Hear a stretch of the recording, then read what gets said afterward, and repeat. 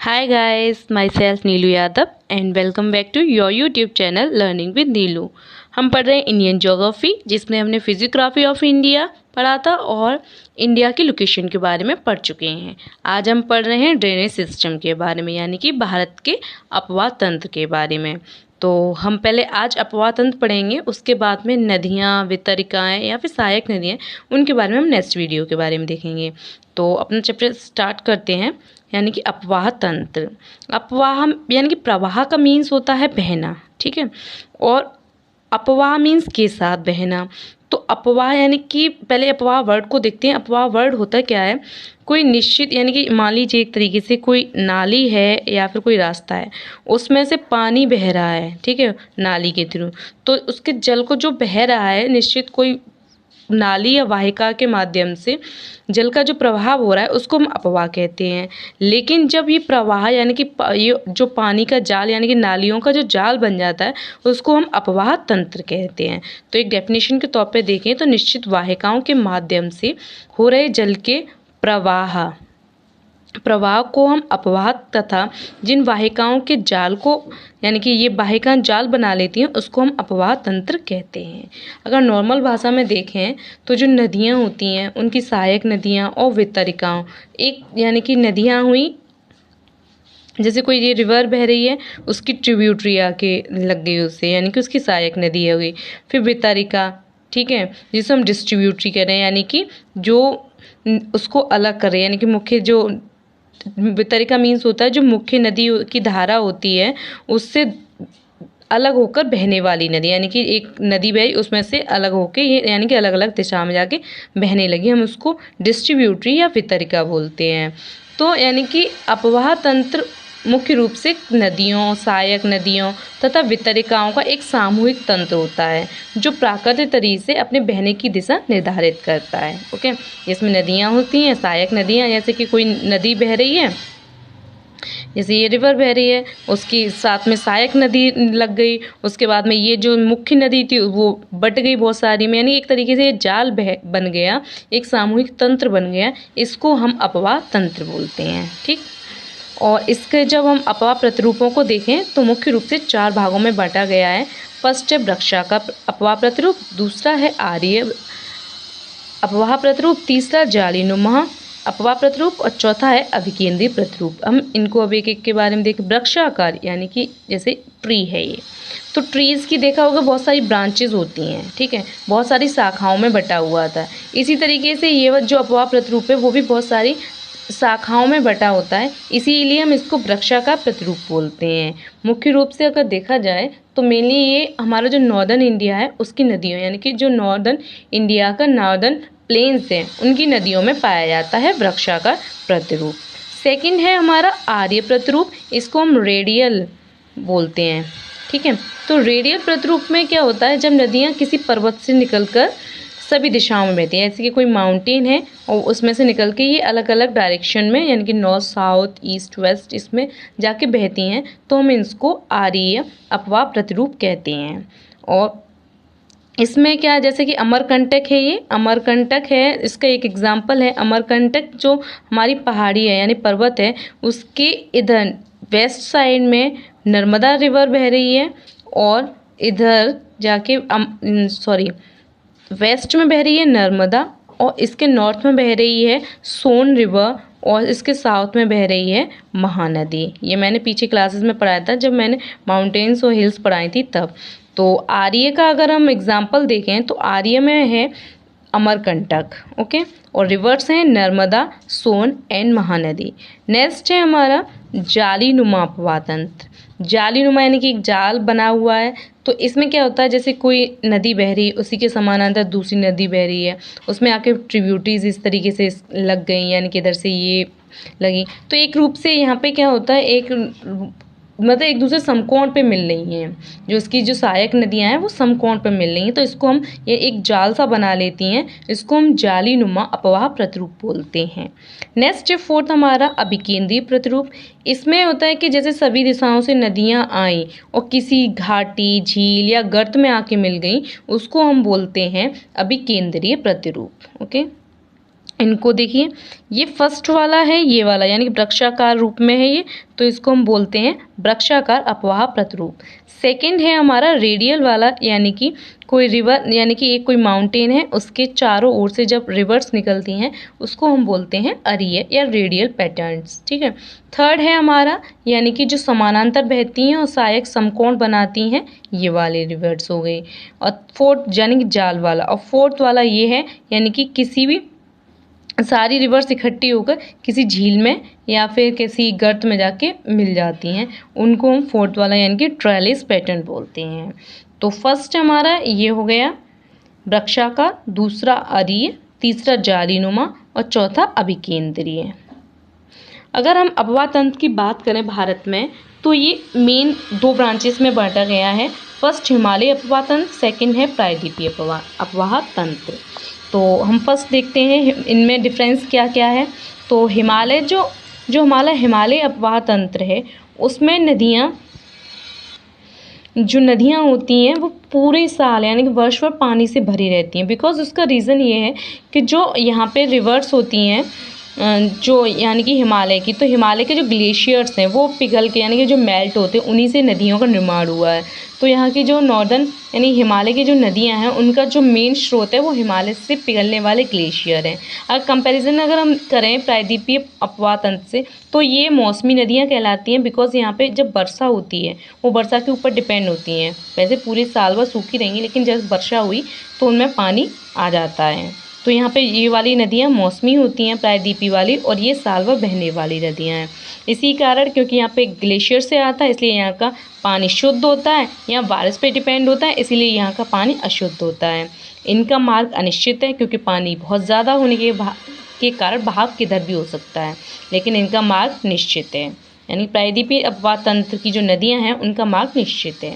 अगर हिमालय की नदियाँ जो अधिकांश होती हैं वो सीधी रेखा में बहती हैं, और कंपैरिजन करें प्रायद्वीपीय अपवाह तंत्र की नदियों से, तो टेढ़े मेढ़े रास्ते से होकर भ्रंश में बहती हैं। तो भ्रंश वाली नदियाँ होती हैं प्रायद्वीपीय अपवाह तंत्र वाली नदियाँ। और ये नदियाँ जहाँ से गुजरती हैं वहाँ घाटियों का निर्माण करती हैं। हिमालय अपवाह तंत्र की जो नदियाँ हैं वो जहाँ से गुजरती हैं वहाँ घाटियों का निर्माण करती हैं। बिकॉज वो अपने साथ बहुत सारा पानी लेकर आती हैं, तो गहरी गहरी घाटियाँ बना देती हैं। और जब प्रायद्वीपीय अपवाह तंत्र की बात करें तो यहाँ नदियाँ उथली घाटियों का निर्माण करती हैं, क्योंकि बारिश से जितना भी पानी अवेलेबल होता है उतना ही यानी कि हल्की हल्की घाटियाँ यहाँ पे बनती हैं।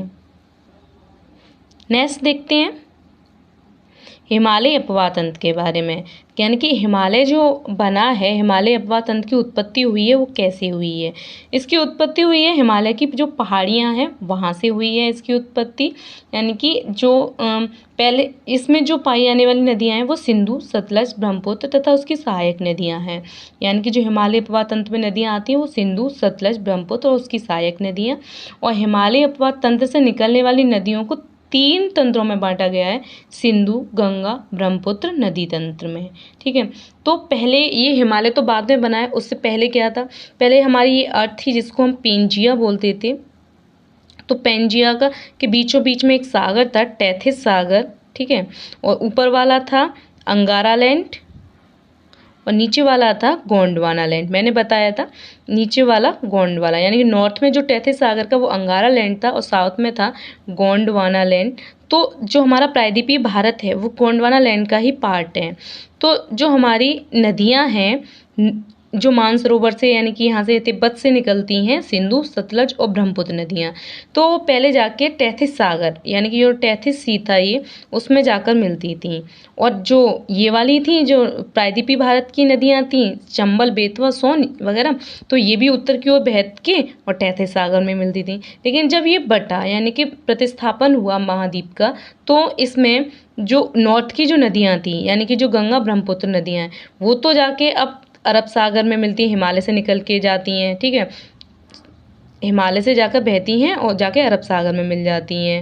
लेकिन जो प्रायद्वीपीय पठार की नदियां हैं, चंबल, बेतवा, ये 2 जगह बढ़ जाती हैं। यानी कि ये इधर अरब सागर में भी जाती हैं, इधर बे ऑफ बंगाल में जाती हैं। इसी कारण से सिंधु, सतलज और ब्रह्मपुत्र रिवर को पूर्ववर्ती नदियां के नाम से भी जाना जाता है। ओके। अब सिंधु नदी तंत्र के बारे में थोड़ा सा जान लेते हैं। सिंधु नदी तंत्र के बारे में क्या क्या है। सिंधु नदी ये भारत का सबसे बड़े नदी तंत्रों में से एक है। अगर इसकी लंबाई की बात करें, ये 2880 किलोमीटर है टोटल लंबाई है। यानी कि ये मानसरोवर तिब्बत से जो एक जगह है, यानी कि एक हिमनद है सानो ख्वाब, उसमें से ये निकलती है सिंधु नदी, वहाँ से लेके, और जब वो अरब सागर में गिरती है, यानी कि वेस्ट में बहती हुई पाकिस्तान से होती हुई, उसकी पूरी लंबाई है 2880 किलोमीटर। और जब भारत में लंबाई देखें इसकी तो ये है 709 किलोमीटर है। अगर एरिया की बात करें, पूरा एरिया घेरती है वो है 11,65,000 वर्ग किलोमीटर। और जब भारत में देखें तो वो है 21,284 वर्ग किलोमीटर। सिंधु नदी भारत का सबसे पश्चिमी नदी तंत्र है। अगर ये क्वेश्चन आता है कि सबसे पश्चिमी नदी तंत्र कौन सा है, क्वेश्चन आता है कि जो भारत के सबसे पश्चिमी नदी तंत्र कौन सा है, तो वो सिंधु नदी तंत्र है। सिंधु तथा उसकी सहायक नदियां हैं झेलम, चिनाब, रावी, ब्यास व सतलज। इन सारी, आज हम सिर्फ और सिर्फ अपवाह तंत्र पढ़ रहे हैं तो सिर्फ तंत्र पढ़ ले रहे हैं, लेकिन कहाँ कौन सी मिलती है आके कहाँ, ये सारा हम पढ़ेंगे नेक्स्ट वीडियो में। ओके, और ये जैसे कि देखिए ये यहाँ पे है, ये यहाँ से स्टार्ट हो रहा है जो हमारा मानसरोवर है सानो ख्वाब नाम की जगह है। यहाँ से ये सिंधु नदी आ रही है, ये इस तरीके से, और ये इस तरीके से पाकिस्तान और यहाँ पे अरब सी में जाके मिल जाती है। इसकी ट्रिब्यूटरीज देखें, झेलम है, चिनाब है, रावी है, सतलज है, ठीक है। और सतलज यहाँ से ये व्यास है, जास्कर रेंज से होकर जा रही है, श्योक है, नुब्रा है, ये सारी काबुल और गोमल, जोब, ये सारी इसकी सहायक नदियाँ हैं। ये हम पढ़ेंगे नेक्स्ट वीडियो में। नेक्स्ट पढ़ते हैं, यानी कि हमारा गंगा नदी तंत्र। गंगा नदी तंत्र का अगर क्षेत्र देखें, क्षेत्र की बात करें तो ये उत्तर प्रदेश, उत्तराखंड, बिहार, झारखंड, हिमाचल प्रदेश, हरियाणा, राजस्थान, मध्य प्रदेश, दिल्ली, इतने जो स्टेट हैं इंडिया के उनमें सब में फैली हुई है। और हिमालय से निकलने वाली नदियों में यमुना, गोमती, गंडक, कोसी तथा घाघरा हैं। और प्रायद्वीप क्षेत्र से निकलने वाली नदियों में चंबल, बेतवा, केन तथा सोन है। यानी जो गंगा नदी है उसमें हिमालय से भी हैं और प्रायद्वीपीय क्षेत्र से निकलने वाली नदियां दोनों शामिल हैं। हिमालय से निकलने वाली यमुना, गोमती, गंडक, कोसी तथा घाघरा है, और प्रायद्वीपीय क्षेत्र से निकलने वाली नदियों में चंबल, बेतवा, केन तथा सोन है। इसको मैप पे देखते हैं। देखिए दिल्ली, ठीक है, ये गंगा का पूरा क्षेत्र है, तो दिल्ली हुआ, ये राजस्थान है, यहाँ पे ये यूपी यानी कि इलाहाबाद है उसका, ये पटना बिहार का है, भागलपुर है ये, ठीक है, इस तरीके। और इसकी एमपी है ये, यानी इतने सारे स्टेट्स हैं, वो जाके उसमें सब में बहती है गंगा। इसकी ट्रिब्यूटरीज की बात करें, अलकनंदा है, रामगंगा है, शारदा है, ठीक है, राप्ती, घाघरा, गोमती, सोन। क्वेश्चंस इस तरीके से आते हैं कि जैसे जो नदी का नाम दे दिया गया, कोई नदी मेन है तो उसकी मेन नदी की ट्रिब्यूटरी कौन सी है, ठीक है, यानी कि कौन सी आके सहायक नदी मिल रही है, किधर से मिल रही है, नॉर्थ से मिल रही है कि साउथ से मिल रही है, लेफ़्ट से मिल रही है या राइट से मिल रही है, ये सारी चीज़ें तो ये हम नेक्स्ट वीडियो में पढ़ेंगे। फिलहाल देख लीजिए कौन कौन सी नदियाँ हैं और एरिया कहाँ कहाँ तक फैला है, और गंगा में कौन कौन सी, यानी गंगा का जो नदी तंत्र है उसमें कौन कौन सी नदियाँ आती हैं। ओके, नेक्स्ट है हमारा ब्रह्मपुत्र नदी तंत्र। इसका उद्गम हुआ है हिमालय के उत्तर में स्थित कैलाश श्रेणी की चेमयुंगडुंग नाम के हिमालयन ग्लेशियर से। और विश्व का सबसे बड़ा नदी द्वीप इसी रिवर में, यानी ब्रह्मपुत्र रिवर में पाया जाता है, जो असम में मालदीव द्वीप है। अगर हम इसकी नदियों की सहायक नदियों की बात करें, यानी कि ब्रह्मपुत्र नदी में कौन सी सहायक नदियाँ हैं, या फिर ये बोलें कि ब्रह्मपुत्र नदी तंत्र में कौन कौन सी नदियाँ आती हैं, उनमें तीस्ता, सुबनश्री, बराक, संकोश, मानस, दिबांग, लोहित आदि नदियाँ आती हैं इसमें। ये जो चेमयुंगडुंग या चेमयुंगडुंग नाम का जो हिमानी है वो हमारा कैलाश श्रेणी में स्थित है, ठीक है। ये क्वेश्चन आता भी है कौन सी श्रेणी में, तो वो कैलाश श्रेणी में स्थित है ये। और इसमें यानी कि ये स्थित कहाँ से, मानसरोवर झील में के पूर्व में स्थित है ये, यानी कि मानसरोवर झील है उसके यहाँ पे पूर्व में स्थित है ये वाला ग्लेशियर, यानी कि चेमयुंगडुंग नाम का ग्लेशियर। अगर इसका इतिहास देखें, यानी कहाँ से उत्पत्ति होती है और कहाँ से नहीं, तो देखिए ये इंडिया है, इंडिया के इस वाले क्षेत्र में यहाँ पे है, ये हमारा ब्रह्मपुत्र है, तो यहाँ से निकल रही है ये, ठीक है। तो ये अरुणाचल प्रदेश में एक नामचा बरवा हिमालय का एक पार्ट है, एक पर्वत है, वहाँ से दर्रा है, ये बोल लीजिए, गॉड बोल लीजिए, वहाँ से आती है और एक दिहांग गॉड से उससे भारत में प्रवेश करती है।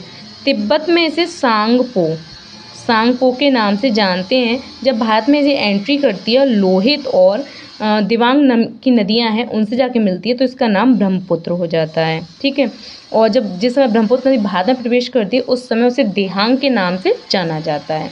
ब्रह्मपुत्र के नाम के साथ साथ असम घाटी में प्रवेश करती है, जहाँ कोई सी सहायक नदियाँ ब्रह्मपुत्र में मिलती हैं, बहुत सारी इसमें सहायक नदियाँ, और असम घाटी में ही ब्रह्मपुत्र नदी ने माजुली द्वीप बताया था, मैंने पीछे रिपीट किया, माजुली द्वीप पाया जाता है ये वाला। ठीक है, असम में ब्रह्मपुत्र नदी पर स्थित है ये माजुली द्वीप। तो इसका थोड़ा देखिए, यहाँ से ये यहाँ प्रवेश कर रही है, सॉरी ये नहीं, यहाँ से ये प्रवेश कर रही है, यहाँ पे दिहांग और लोहित रिवर मिल रही है, और ये ऐसे ब्रह्मपुत्र नाम से, और फिर यहाँ से ये ऐसे यहाँ मिल जाती है ये, तो इसका नाम अलग अलग है। तो इसको हम थोड़ा डिस्क्राइब रूप में यानी कि विस्तार से हम देखेंगे जब हम पढ़ेंगे। ये कहीं जमुना में, तीस्ता में, कहीं कहाँ कहाँ मिलती है इसके बारे में। फर्स्ट देख लीजिए कि अरुणाचल प्रदेश में बह के असम में, यानी अरुणाचल प्रदेश से एंट्री करती है और जाके असम में बहती है।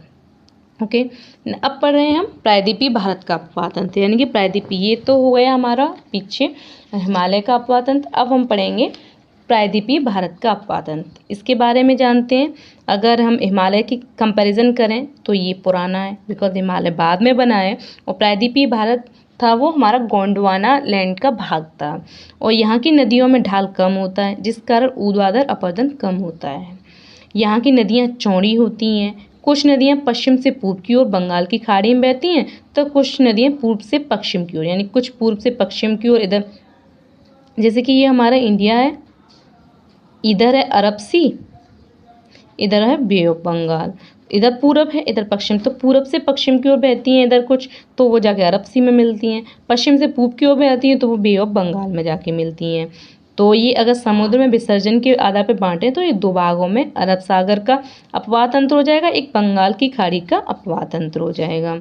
अगर और देखें तो बंगाल की खाड़ी में गिरने वाली कौन कौन सी नदियाँ, वो महानदी, स्वर्णरेखा, ब्राह्मणी या वैतरणी नदी है, गोदावरी, कृष्णा, कावेरी, पेन्नार, वेंगई नदी। अरब सागर में देखें तो नर्मदा, ताप्ती, साबरमती, माही, शरावती, लूनी नदी है। ओके, तो इनको खोल के पढ़ेंगे नेक्स्ट वीडियो में, क्योंकि बहुत सारा हो जाता है, टाइम बहुत खिंच जाता है, वीडियो बहुत ज़्यादा बड़ी हो जाती है। तो बस अभी अपवाद तंत्र के बारे में पढ़ लीजिए, और कौन कौन सी अपवाद तंत्र कौन कौन सी नदियों से बना है। तो बंगाल की खाड़ी का याद रखिए, महानदी, स्वर्णरेखा, ब्राह्मणी, वैतरणी, गोदावरी, कृष्णा, कावेरी, पेन्नार, वेंगई, और अरब सागर में नर्मदा, ताप्ती, साबरमती, माही, शरावती, लूनी आदि हैं। ओके, तो इसमें बस इतना ही आज के लिए, और जो चीज़ समझ में ना आए मुझे कमेंट कर देना या मैसेज कर देना, और इसके आगे का जो है नेक्स्ट वो बनाते हैं सेकंड वीडियो में, यानी कि अब हम पढ़ेंगे नदियाँ,